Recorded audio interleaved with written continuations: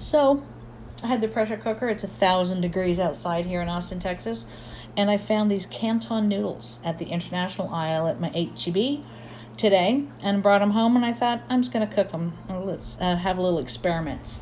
They're egg noodles, and they're like chow mein noodles, and this was 12 ounces of them. Anyway, I got the Instant Pot screaming hot, the pressure cooker, threw in a little bit of oil.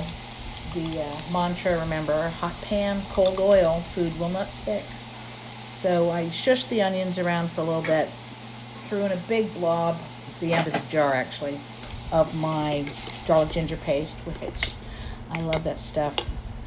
I get it, if you're here in Austin, I get it at Shahi International Grocer, which I love. So I shush it around a little bit, and I took 2 kind of smallish carrots and chopped them up. So I threw them in, kind of matchsticky. I think that is a culinary cooking term. So just shush them around. I'm not looking for things to get brown. I just want them to start being cooked. And then I had a hunk of cabbage in my fridge, which I chopped up, threw it in. About 4 green onions. This is my favorite thing ever, Trader Joe's Cruciferous Crunch. It's a combination of kale and broccoli, cabbage, red cabbage, Brussels sprouts, did I say that? All kind of shaved. It's excellent raw, it's excellent cooked, it's excellent in things like these fried up veggie dishes. I mean, you could eat this just like this, just serve it up, delicious. But we can't. We must continue to those are the noodles that I got, canton noodles, oriental style. I was going to cook them, and I thought, well, that seems ridiculous. Why bother cooking them if I'm going to put them into a pressure cooker? So I threw in that's light soy sauce. This is kind of my standard combination in all these dishes that I do. There's the light soy sauce, probably 3 or 4 tablespoons. I like a couple of big blobs of oyster sauce, because I love it. If I'm making this for a vegetarian friend, I use vegetarian soy sauce, and I don't put in the oyster sauce. It's the very end of my old man sauce, which is chili garlic oil. Use whatever kind you like. I love the old man sauce. Only because I think it looks like an old man on the jar. It really does. So shush that around for a little bit, kind of get the vegetables all sort of mashed up together, and I add a little tiny bit of brown sugar. I think it doesn't make it sweet, but it adds something, I don't know. There's lots of grinds of black pepper. I have not added salt, and I don't add salt to this because I've used soy sauce, which is incredibly salty.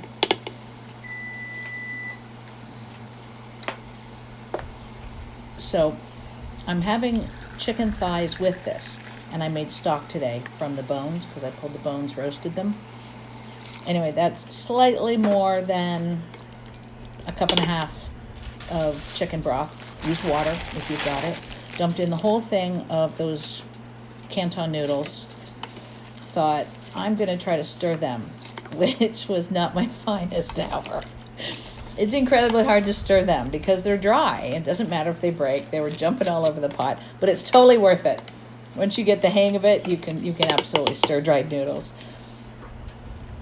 So I did my best there, and then I turned the pressure cooker off, put on the lid, made sure it was set to steam or to seal, and then hit the timer for 3 minutes. That's it, just 3. I think I went and had a glass of wine. So when you come back after the timer went off, you see, I don't understand all these people that are fretting about their steamer or their pressure release. You just open it a little bit, the steam comes out, and then you open it the rest of the way. I don't know, maybe I just don't ever put so much in my pressure cooker that it bubbles out the top. Anyway, it's easy to do. Just start a little bit and then let it go. So I'm a jiggler, as you can see. I'm very impatient. So there you go. If you start to jiggle it, the pressure valve will drop quicker. And so I looked in there. It was pretty good. It was a little juicy, but I kind of like that for this kind of a noodle. And so I gave it a good stir, and because a couple of the noodles on the top looked like they weren't quite as done as the rest of them. This is the greens from the green onions from earlier, the green part. So I locked it, didn't repressurize it. I just closed the lid on tight. 10 minutes. So here we go. I come back. This is turned off the pressure cooker. And this is where you add a little bit of sesame oil. It really finishes huge. You have to do it. And there you go. I thought, well, I should probably sample it just to make sure it's not poison. And spoiler alert, it is not poison.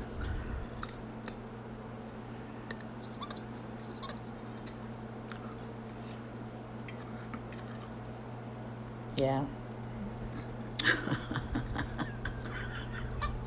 Holy cow, that's good. Nothing wrong with that at all. The veggies are cooked perfectly. They're not overcooked. Mm-hmm. The noodles are perfectly cooked. They absorb all that flavor doing it this way.